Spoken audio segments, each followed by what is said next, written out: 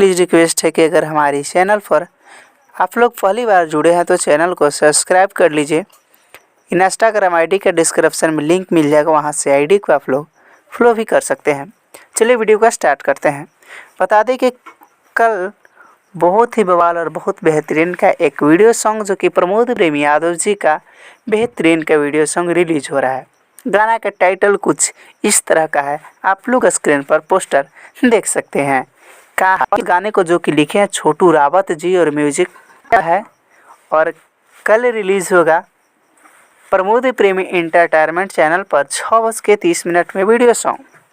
बता के हैं शुभम तिवारी जी, जो कि आप लोग शुभम तिवारी जी को जानते ही होंगे।